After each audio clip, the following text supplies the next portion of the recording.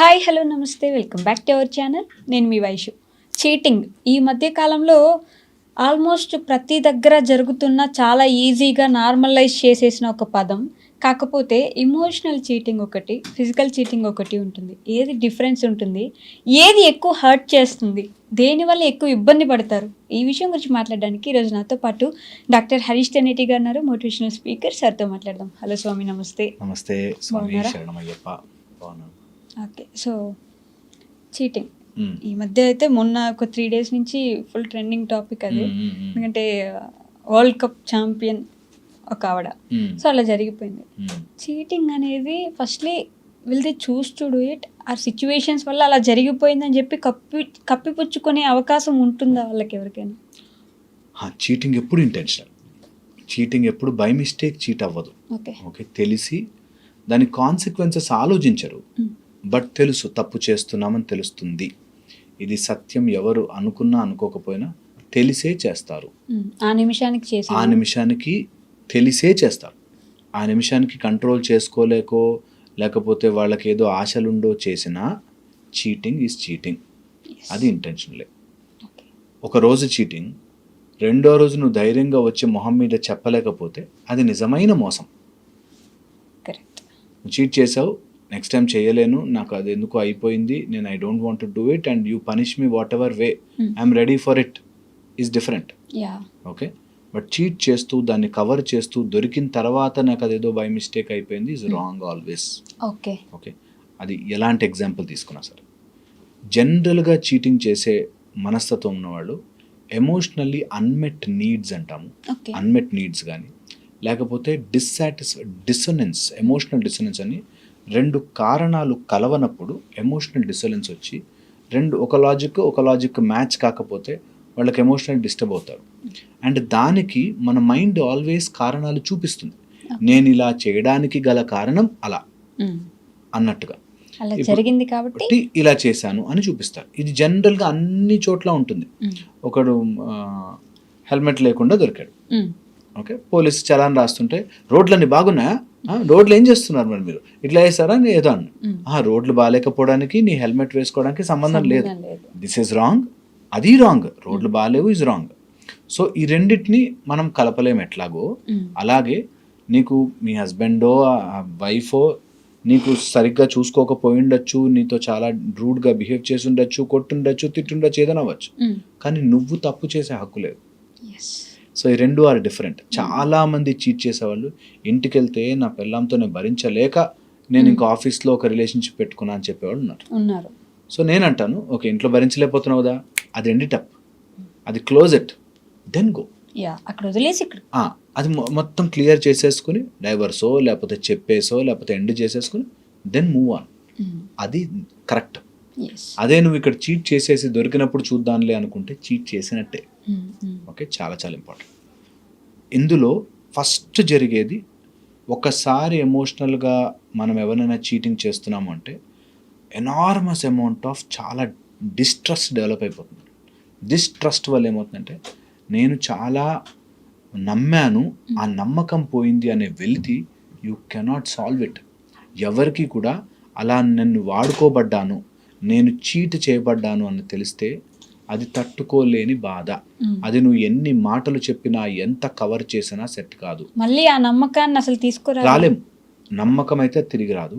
And ఇలాంటప్పుడే మన ego ఏం చేస్తుందంటే వాళ్ళ మీద పుష్ చేయడానికి ట్రై చేసి, ఒకటి బ్లేమ్ గేమ్, వాళ్ళని బ్లేమ్ చేయడం ఒకటి, 2 ఓవర్ పవర్ దెమ్, వాళ్ళని ఏదో రకంగా ఓవర్ పవర్ చేసి ఫిజికల్ గాను ఎమోషనల్ గాను కొట్టి డ్రైన్ చేసి నోరు మూయించడం జరుగుతుంది. ఈ వీటితో పాటు సైకలాజికల్గా బ్యాండ్ వేస్తారు. అంటే ఈమె కూడా నేను ఒక అతన్ని చూశాను, ఆమె ఫోన్లో ఏదో ఒక మెసేజ్ పట్టుకుని నువ్వు చేయలేదానే అని మాట్లాడేవాడిని చూశాను. అందుకని it is from both sides, అబ్బాయిని అమ్మాయిని అనట్లే, అమ్మాయి అబ్బాయి కూడా అయి ఉండొచ్చు. బట్ పాయింట్ ఈస్, ఇలాంటివి బయటకు వస్తాయి. ఒకవేళ చీట్ చేసి దొరికితే వాళ్ళు ఏదో ఓవర్ పవర్ చేయడానికి ఆర్ మన మీద బ్లేమ్ వేసేయడానికి ఆర్ ఇలాగా ఎలా అంటే ఇంకా క్యారెక్టర్ అసాసినేషన్ చేసే పని కూడా చేస్తారు. So very very important. ఇలాంటివి జరుగుతున్నప్పుడు అందరం మనుషులం కదా, ఎప్పుడైనా తప్పు చేస్తాం కదా, దానికి ఒక లిమిట్ ఉంటుంది. ఒకవేళ ఎవరైనా తప్పు చేశారు అండ్ దే రియలైజ్డ్ ఇట్, అరే నేను తప్పు చేశాను, కమ్ బ్యాక్. అలా అయితే మాత్రం వాళ్ళు ఎన్ని రోజులు పనిష్ చేస్తే అన్ని రోజులు తీసుకుని బయటపడాలి. నేను చెప్పాను కదా, నీకు మారాను కదా, ఇంకేం కావాలి నీకు అనే స్టేజ్కి ఎప్పుడు వెళ్ళకూడదు. వాళ్ళకి ఏం కావాలన్నా సరే అది చెయ్యగలగాలి. ఒక స్టెప్ ముందుకు వెళ్ళి okay I will take my punishment because I have committed wrong అనేది తెలియాలి. రిలేషన్షిప్లో చాలా చాలా ఇంపార్టెంట్, చాలా చాలా ఇంపార్టెంట్. నేను ఒక కపుల్ని చూశాను, ఎప్పుడో ఒకసారి ఆయన ఎవరో అమ్మాయితో మాట్లాడడము, బ్యాడ్గా విశేషాలు ఉండడము చూసింది. తర్వాత ఆ అమ్మాయి సెపరేట్ అయిపోయింది, సెపరేట్ అయిపోయాడు, అయిపోయి 4 years అయింది. కానీ ఇప్పటికీ కూడా అతను ఫోన్ పట్టుకుని పక్కకి వెళ్తే ఏం భయపడుతుంది, ఏం చేస్తున్నాడు అని. నేనంటాను 24 hours అడిగినా కూడా ఫోన్ ఇవ్వాలి. That is the trust you have to rebuild on her. Okay, అది నీ బాధ్యత. సో ఒకసారి తనకు అలాంటి డౌట్ వచ్చింది, నువ్వు తెలుసుకున్నావు, అయ్యింది కాబట్టి it is your responsibility to prove your wife that no నేను తప్పు చెయ్యను, ఇంకా ఒకసారి జరిగిందని నువ్వు ప్రూవ్ చేసుకోవాలి. అది నీ అవుట్ ఆఫ్ ఎవ్రీథింగ్ నీ బాధ్యత. అది ఎన్నిసార్లు అయినా ఎన్ని సంవత్సరాలైనా అయినా కూడా ఎందుకు ఫోన్ అక్కడ పెట్టేళ్ళు, ఏమవుతుంది? నీకు నిజంగా ఏమి కాదు అని తెలిసిన రోజున it will be there. Okay, అది చాలా చాలా ఇంపార్టెంట్. దానికే నిజంగా ధర్మం అండ్ గట్టిగా ఉండడం రావాలి. దట్ నేను ఎప్పుడు చెప్తుంటాను, చీట్ జరిగే మూమెంట్లో నీకు తెలుస్తుంది. తెలిసినప్పుడు 1 hand distance అని డిసైడ్ అయిపో.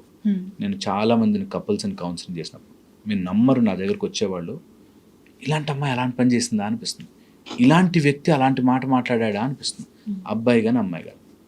అండ్ ఈ రిలేషన్షిప్స్లో జరిగినప్పుడు ఫస్ట్ ఫ్యూ ఇంపార్టెంట్ పాయింట్స్ వీళ్ళ క్లోజ్ సీక్రెట్స్ చెప్పేస్తారు. ఓకే, ఒక అమ్మాయి, ఒక వైఫ్ అండ్ హస్బెండ్ మధ్యలో ఇంకొక థర్డ్ అమ్మాయి ఎవరో వస్తుంది, ఆమెకి ఇవన్నీ చెప్పేస్తాడు వీడు, మొత్తం secrets. They will feel so bad that అరే నా సీక్రెట్స్ లేకపోతే మన మధ్యలో ఉండేవి ఎందుకు వాళ్ళకి చెప్పావు అని. వీడు క్యాజువల్గా చెప్పాను అనే దాంట్లో ఉంటాడు. సో ఇలాంటి మిస్కమ్యూనికేషన్స్ వస్తాయి. So never do that. ఎప్పుడు కూడా వైఫ్ అండ్ హస్బెండ్ మధ్యలో or girl friend boy friend మధ్యలో సీక్రెట్స్ ఆర్ ఇంటి గుట్టు బయట ఎంత క్లోజ్ అయినా చెప్పద్దు. చెప్పద్దంటే చెప్పద్దు. సెకండ్, వాళ్ళు ఎంత ప్రేమమూర్తులైనా సరే నువ్వు ఒకసారి ప్రేమించాక 1 hand distance.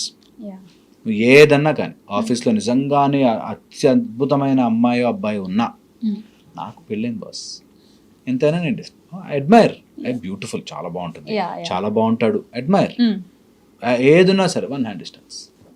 నేను నా లిమిట్ దాటను, నువ్వు ఏదైనా చేయి. నైట్ టైం కూర్చొని మెసేజ్లు చేయడాలు అవసరం లేదు. You don't have to do that. You don't have to do that. ఎందుకంటే ఒకసారి అది లోపలికి వస్తే క్యాజువల్ టాకే చాలా ఘోరమైన టాక్స్గా మారుతాయి. So don't do that. ఎట్టి పరిస్థితుల్లో చెయ్యొద్దు. ఎందుకంటే ఫస్ట్లోనే మనం ఆపగలిగితే తర్వాత చాలా డ్యామేజ్ ఆపుతాం. So don't do that. Okay, so cheating విషయానికి వస్తే వాళ్ళు చీట్ చేస్తారు అని చెప్తే నమ్మలేము కూడా. ఫర్ ఎగ్జాంపుల్, ఒక కేసులో ఎంత ప్రేమిస్తాడు, ఆ అమ్మాయి కోసం ఏమైనా చేసేయడానికి రెడీగా ఉంటాడు, గ్రౌండ్కి తీసుకెళ్ళి ప్రపోజ్ చేస్తాడు, ఆమె వరల్డ్ కప్ గెలిచే వరకు వెయిట్ చేస్తాడు. ఇన్ని సంవత్సరాలు ఆ ప్రేమ ఎందుకని సడన్గా ఇంకొకరితో చాట్ చేయడమో లేకపోతే ఇంకొకరితో మిస్బిహేవ్ చేయాలనే ఆలోచన వస్తుందని ఈ అమ్మాయికి అసలు అనిపించదు కదా. నా మీద అంత ప్రేమ ఉన్న అతను, నన్ను అర్థం చేసుకునే అతనికి ఇంకొకరి మీద ఇంట్రెస్ట్ ఉంటుందని ఆవిడ ఎందుకు అనుకుంటుంది? Very important. ప్రేమ వేరే, ఇట్లాంటి కోరికలు వేరే. ఓకే, అండ్ అందులో కొంతమంది మగవాళ్ళకి ఆ బుద్ధి పోదు. ఓకే, ఇదొకటి. రెండోది, టు చీట్ సంవన్, అంత నమ్మిస్తేనే చీట్ చేయగలరు. అంత నమ్మిస్తేనే చీట్ చేయగలరు.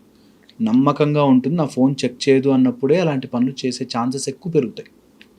ఓకే, అండ్ నిజంగా కూడా అలాంటి సిచ్యువేషన్, అలాంటి సందర్భం వస్తే నీ ప్రేమ నిన్నట్లా కాపాడలేకపోతే అది ప్రేమ కాదు.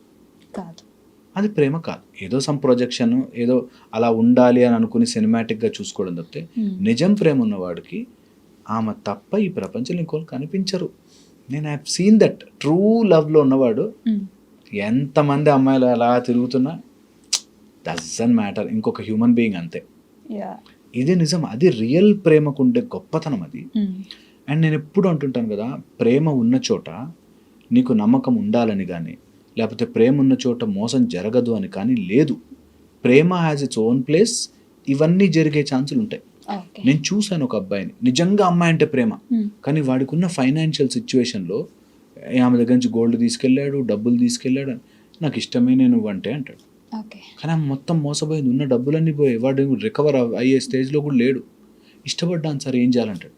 నో, ప్రేమ వేరే, ఇష్టపడు, దూరంగా కూడా ఇష్టపడు, కరెక్ట్. వదిలిపెట్టు ముందు అలాంటి వాళ్ళని.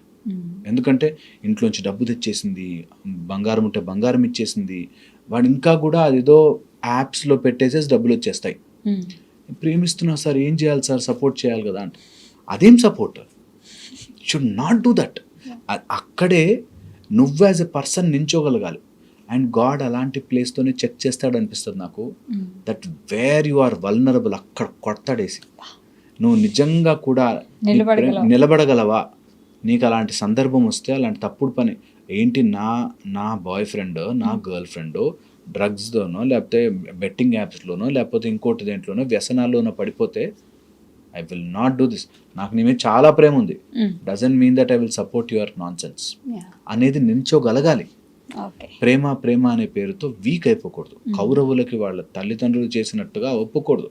మనం పాండవుల సైడ్గా ఉండాలి, మనం కరెక్ట్ మార్గంలో ఉండాలి అనేది నిజం. ఓకే, ఇది తెలుసుకోవాలి. ఈ మధ్యకాలంలో ఒక వీడియో చూసా, వేరాస్ ఒక అబ్బాయి అడుగుతుంటాడు, ఒకవేళ నీ బాయ్ ఫ్రెండ్ ఇంకొక అమ్మాయి మీద ఇంట్రెస్ట్ ఉంది, ఆ విషయం మీకు చెప్పి ఆవిడ దగ్గరికి వెళ్తాడు అంటే, నాకు చెప్పి తను నిజంగానే ఇంకో అమ్మాయికి అట్రాక్ట్ అయ్యి అక్కడ వెళ్తే ఐఎమ్ ఓకే. నాకు చెప్పకుండా దాచిపెట్టి సీక్రెట్గా తన దగ్గరికి వెళ్ళేసి నన్ను చీట్ చేస్తే నేను అది యాక్సెప్ట్ చేయను, అది నాకు ఎమోషనల్ చీటింగ్ అవుతుంది, I never accept that, but physical cheating is fine with me అని చెప్తుంది. అసలు దీన్ని ఎలా చూడాలి? చాలా తప్పు. బట్ ఒక at least 1 point as a therapist నేను 1 పాయింట్గా అట్లీస్ట్ చెప్పడం వరకు యాక్సెప్ట్ చేశాడు, చెప్పింది విన్నాడు, ఈజ్ గుడ్ కమ్యూనికేషన్. నాకు చెప్పి అట్లీస్ట్ నాకు అట్లా ఉంది అని వెళ్తే ఓకే. బట్ ఆఫ్టర్ దట్ మళ్ళీ యాక్సెప్ట్ చేయడం అనేది నువ్వు అలౌ చేస్తున్నట్టు చీట్ చేయడానికి.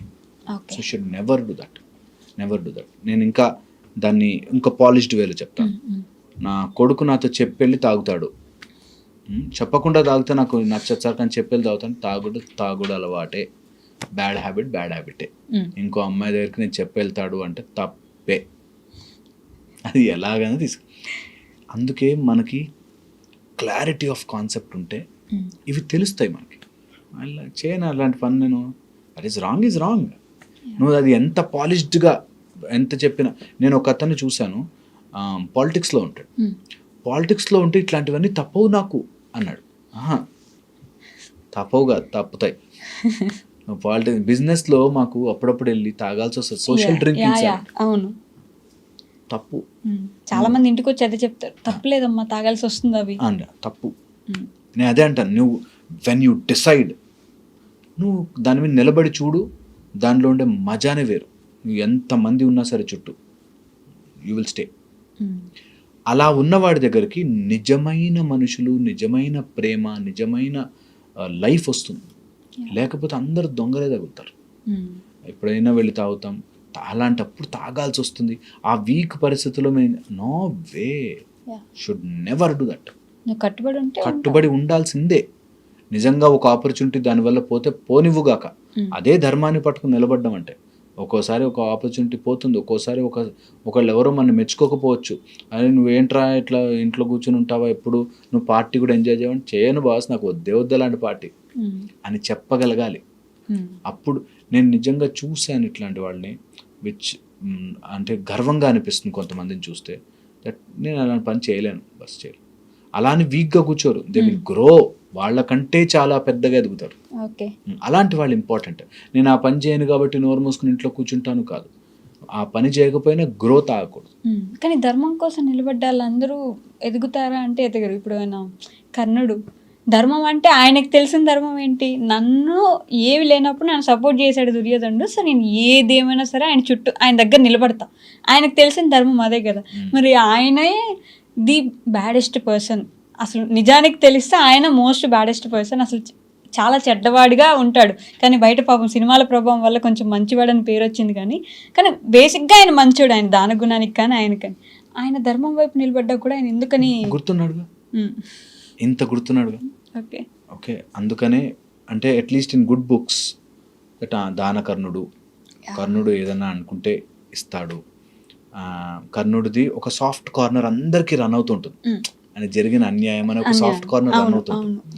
అండ్ కర్ణుడు చావడానికి కూడా స్వామి శరణమయ్యప్ప ఎన్ని కారణాలతోనూ కదా, ఎన్నో కారణాలు కలిస్తే, భూదేవి, అటు శాపము, అటు ఇంద్రుడు, ఎన్నో రకాలు కలిస్తే తప్ప. సో ధర్మాన్ని పట్టుకున్నవాడు ఎప్పుడు చెడిపోలేదు. ఖచ్చితంగా మనం చూడమేమో కానీ చెడిపోలేదు. అండ్ శ్రీకృష్ణ పరమాత్ముడు అంతటి వాడే పక్క నుండి లేదు చూడు, చెక్ చేసుకుని చూసుకో అని చెప్పాడు. అంటే నిజంగా కూడా కర్ణుడికి ధర్మం ఎవరు పట్టుకున్నా సరే అది నడుస్తుంది. కానీ ధర్మం ఎటు సైడ్ ఉంది అన్నది ఇంపార్టెంట్. నువ్వు చెడు సైడ్గా ఉంటే, చెడు మార్గములో ఉంటే అది నో అని చెప్పగలిగిన రోజున నీకు ఇంకా సద్గతి వస్తుంది. లేకపోతే నువ్వు రాంగ్ ట్రాక్లో పట్టి వెళ్తూనే ఉంటావు. దానివల్ల ఎంత డిస్ట్రక్షన్, ఒకవేళ కర్ణుడే నో ఇది తప్పు అని చెప్పుంటే అసలు అంత యుద్ధానికి వెళ్ళే అంత ధైర్యం ఉండేది కాదు. ఓకే, కర్ణుడు ఉన్నాడు అనే ధైర్యం చాలా ముందుకు వెళ్ళారు. సో అందుకని రాంగ్ ట్రాక్లో వెళ్ళినప్పుడు you will always have that consequence. And ఏదో రోజు ఇది చాలా important point what you take, మన లోపల ఉండే బాధని మనము దెబ్బ తగిలింది 2 రకాలుగా మారచ్చు మనం. ఒకటి ఆ బాధని తీసుకుని నేను ఈ బాధలోనే బ్రతుకుతా అని, ఒకటి ఆ బాధని తీసుకుని నేను దీని నుంచి ఎదుగుతాను అని. నువ్వు ఎదిగే మార్గం ఎంచుకోవాలి ఎప్పుడు కూడా. ఓకే, ఎప్పుడు ఎదిగే మార్గం ఎంచుకున్న రోజున మనం ముందుకెళ్తాం, ఇంకా బెటర్ అవుతాం. ఎప్పుడైనా ఆ బాధని దగ్గర పెట్టుకుని ఆ వూండ్ని అలా కొట్టి కొట్టి కొట్టి కొట్టి దాన్ని పెద్ద పుండులాగా మార్చుకోకూడదు. చిన్న కురుపుని పుండులాగా మార్చుకోకూడదు. ఎప్పుడో జరిగింది, ఒక అన్యాయం జరిగింది, ఒక రాంగ్ జరిగింది, ఒక తప్పు జరిగింది నాతో, okay, but I will not take wrong side అనేది ఇప్పుడు ఆలోచించుకుని తీరాలి. అండ్ బుద్ధి అలా చేస్తుంది. ఇప్పుడు నేను అన్నట్టుగా ఎంతోమంది తప్పు ట్రాక్ తీసుకుంటారు, వాళ్ళు బ్యాక్ చేస్తే చాలా మంచోళ్ళే ఉంటారు. బుద్ధి అలా రాంగ్ ట్రాక్లోకి వెళుతుంది. దానికే ప్రాక్టీస్. దట్ అమ్మో ఇలాంటి సందర్భం వస్తే, అమ్మో ఇలాంటి రాంగ్ ట్రాక్లోకి వెళితే నేను ఎట్లా బిహేవ్ చేయాలి అన్నది చిన్నప్పటి నుంచి మనం అందరం నేర్చుకోవాల్సినది. అదొక్కటే. నాకు నిజంగా ఒక ఆపర్చునిటీ వచ్చి ఒక రాంగ్ సర్జరీ చేయరా అని ఎవరైనా ఇచ్చి నీకు ₹1,00,00,000 ఇస్తాను అంటే, ₹1,00,00,000 నాకు వస్తే బాగుంటుంది కానీ వద్దు అని చెప్పగలగాలి, అనే గట్టిగా నిలబడగలగాలి. అప్పుడు నిజంగా వెతికి వచ్చి డబ్బులు ఇస్తారు మనకి. నిజంగా నాకు ఎంతమంది పేషెంట్స్ వచ్చిన వాళ్ళు స్వీట్ బాక్సులు, నాకు మీరు బాగుండాలి సార్, మీరు బాగుండాలి చెప్పేవాళ్ళు చాలా మస్తు వస్తాయి డబ్బులు, వద్దనుకుని వస్తాయి డబ్బులు. ఒక తప్పు దారి పట్టి వెళ్ళి చేస్తే you may earn money, but ఎప్పుడు రాంగ్ ట్రాక్. సో అందుకని when ever you get a chance, right ఏంటి అటు సైడ్కే ఆలోచించాలి. వెన్ ఎవర్ మ్యాక్సిమం టైం నీకు కొన్ని సిచ్యువేషన్ నువ్వు చేయలేని చోట అట్లీస్ట్ స్టెప్ బ్యాక్.